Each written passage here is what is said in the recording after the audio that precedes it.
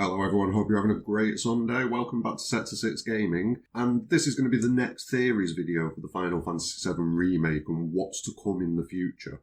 In this video, the character I'm going to be discussing is Aerith, and I'm going to be going over Aerith in very much the same manner that I went over Sephiroth in the previous video, which if you've not seen, you can still see by clicking here in the top right hand corner. Now, throughout the Final Fantasy VII Remake, Aerith seems to know a lot more than she should, or at least a lot more than she seemed to know in the original game. This information has got to be coming from somewhere, right? The question is, where? Here are three theories regarding where Aerith is getting this additional information from. This first theory is pretty straightforward. It relies on Aerith's ancient abilities and the way that she can sometimes perceive events that have happened or are possibly going to happen. Not so much, though, with being able to perceive events that are possibly going to happen, which I'm not convinced that she can see the future in the original timeline. It doesn't ever really suggest that. For the most part in the original game, this seems to be Aerith being able to feel things that have happened, not so much premonitions. She tells Elmira not to be saddened that someone close to her has died, purely because she could feel that that had happened through some sort of live stream connection, not through some sort of premonition of the future or anything like that. However, it is possible that her powers do extend to full-blown premonitions, and it just was never really delved into in the original. It could easily explain why she knows what is to come. Doesn't really explain why she didn't know what was coming in the original, though. So, there are things that kind of block this theory a little bit. Another possibility is, though, that due to the original timeline having already played out, she can feel that through the live stream in the same manner that she could feel Elmira's husband's death. It feels like a bit of a reach, but, we're talking about a game where Sephiroth has it seems like Sephiroth has travelled from one timeline to another.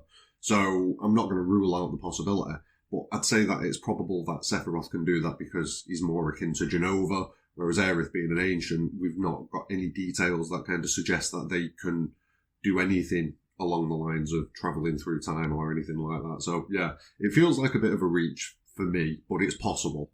The theory gets 5 flowers out of 10 for me. Like I say, it is possible, but it relies on Aerith having premonitions rather than a connection to what's happening on Gaia, or it also relies on her being able to feel alternate timelines, which is a bit reachy, but it's possible. This second theory has got 2 components and possibilities, but in the most basic of terms, this Aerith is receiving some sort of assistance from the original timeline's Aerith, very much in the same manner that we've got the original Sephiroth manipulating this timeline. Now, this could take 2 forms. The first is that the original timeline's Aerith has relayed a message across timelines using the live stream in the same sort of way Sephiroth will have used it to bring himself, or potentially even create this timeline. Who knows how this timeline even came to pass. But it'd be in that same sort of manner. This message is going to tell this Aerith timeline what she needs to do, what happens in the original timeline, what Sephiroth's trying to achieve, who he is. But it's still uncertain how much info she can actually get. She may only be getting glimpses of what went on in the original. She may be getting a piece of the picture rather than the whole picture. It seems like she's got a decent grasp of what's happening, but messages can become distorted. Who knows? The second possibility, which I'll admit is unlikely but not impossible, is that the original timeline's Aerith has brought her consciousness to this timeline as well as Sephiroth. Now, I doubt Aerith can do this by herself, like I said in the previous theory, although, like I've said, we aren't sure how powerful the Cetran race was, or is, so who knows, it is a possibility. But she could definitely have piggybacked along with Sephiroth, maybe feeling his plans through the live stream in the original timeline, and following him, basically, to stop him from causing any damage to either timeline. Now, both of these theories leave for some interesting mental gymnastics to make them plausible, but given we've only got a fragment of the story, both of these are still possible and future information could easily confirm either of these theories. I'm going to give these, it feels slightly stronger than the previous theory. I'm going to give it 6 flowers out of 10.